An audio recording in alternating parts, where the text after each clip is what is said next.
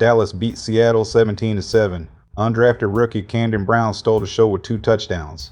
But for fantasy drafts, the bigger signal is role context. Jaydon Blue played 20 snaps. Both backup quarterbacks were efficient, and nearly every established starter sat.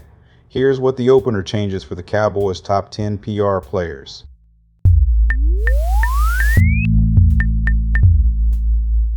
The first high came before halftime. Sam Howell gave Camden Brown a one-on-one chance, and Brown finished the 39-yard touchdown.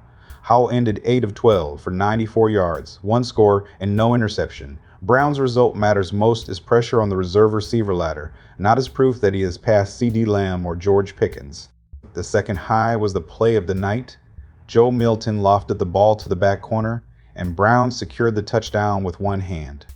Milton finished 12 of 15 for 107 yards and a score.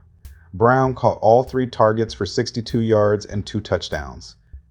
That raises his roster odds, but one exhibition game does not create normal redraft value. Jaydon Blue's positive signal was participation. He played 20 offensive snaps, carried 8 times, and caught both targets for 15 yards. That does not threaten Javonte Williams yet, but receiving usage matters for a late handcuff. If Blue continues to earn passing down work, his path to usable touches becomes clearer. The low was Blue's rushing line. 8 carries for 19 yards, only 2.4 per attempt, with a long of 4. Do not erase the role because of one small sample, but do not call it a breakout either. His stock is a cautious hold, useful participation, weak rushing efficiency, and Javonte still above him. Another high.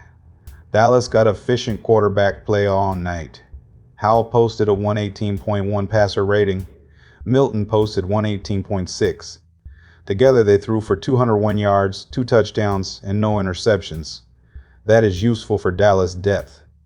It does not change Dak Prescott's job or his current quarterback 10 PR ranking. At 10, Phil Amafua played 15 snaps, gained 9 yards on 4 carries, and caught 1 pass for 6.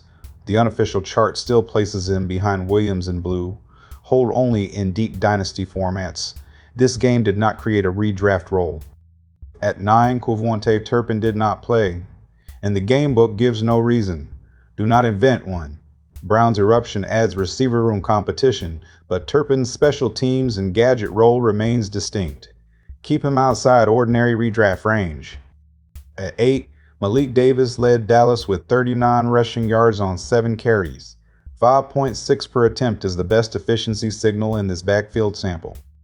The depth chart still places him in the 4th tier, so this is roster pressure, not a draft recommendation. At 7, Blue's 10 touches and 20 snaps confirm that he is the first fantasy-relevant back behind Williams.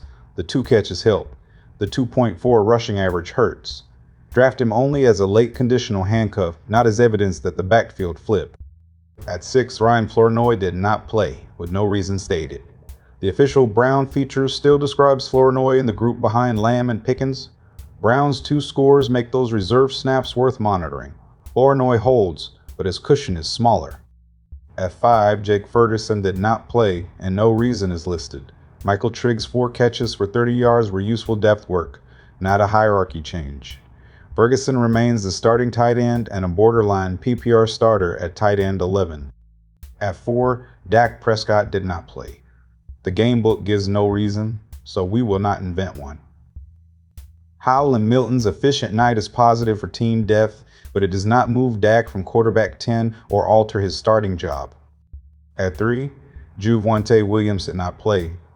Blue earned meaningful work, but averaged only 2.4 yards per carry. Nothing in this game forces a backfield flip. Williams holds at running back 17, with Blue still the conditional handcuff. At 2, George Pickens did not play. Brown's highlight night was excellent, but it came in the competition behind the established stars. Pickens remains wide receiver 10 in PPR consensus. The game changes Dallas' depth more than his target projection. At 1, CeeDee Lamb did not play, and the game book gives no reason. Brown can improve the offense without threatening Lamb's elite role. Keep Lamb at wide receiver 5 and 7th overall in current PPR consensus. This preseason game changes nothing at the top. The final blueprint hold Lamb, Pickens, Dak, Williams, and Ferguson. Blue remains a late handcuff because the snaps and catches matter, but the rushing efficiency was weak. Davis adds depth pressure. Brown was the clear game star and a deep dynasty watch, not a standard redraft pick. Every conclusion stays conditional until the roles repeat.